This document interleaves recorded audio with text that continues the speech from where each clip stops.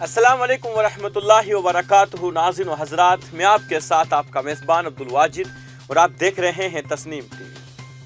انگریز بھارت سے قیمتی ہیرا کوہ نور لے گئے تھے۔ کوہ نور کو بھارت واپس لائے جانے کا مطالبہ پھر طول پکڑ لیا ہے۔ بھارت حکومت نے کوہ نور واپس لانے کے مطالبے اور اس سے منسلک دیگر سوالات کا جواب وزارت خارجہ نے دیا ہے۔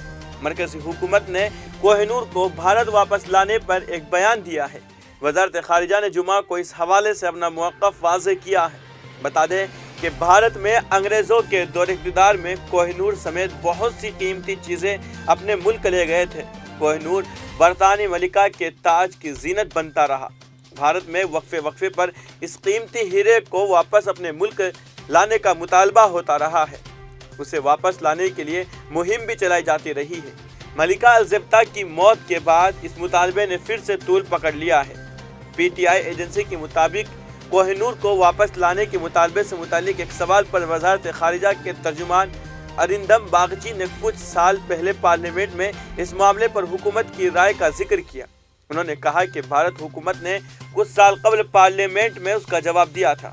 ہم نے کہا کہ ہم اس معاملے کو تسلی بخش حل نکالنے کے طور طریقے سے تلاش کریں گے۔ واضح رہے کہ 108 کیرٹ کا کوہ نور رتن سن 1849 میں مہاراجہ دلیپ سنگھ نے ملکہ وکٹوریہ کو دیا تھا۔ اسے ملکہ نے سن 1937 میں اپنے تاج پر پہنا تھا۔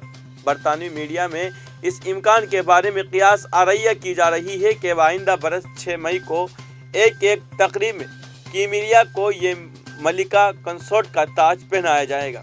بتا دیں کہ ملکہ الزبتہ دوم کی موت کے بعد کوہ نور کے بھارت میں واپس لانے کا مطالبہ کیا جا رہا ہے۔ فی الحال کی خبر میں بس اتنا ہی۔ مجھے دیجیے اجازت اور آپ دیکھتے رہیے تسنیم ٹی وی، آپ کے میزبان عبدالواجد کے ساتھ۔ اللہ حافظ۔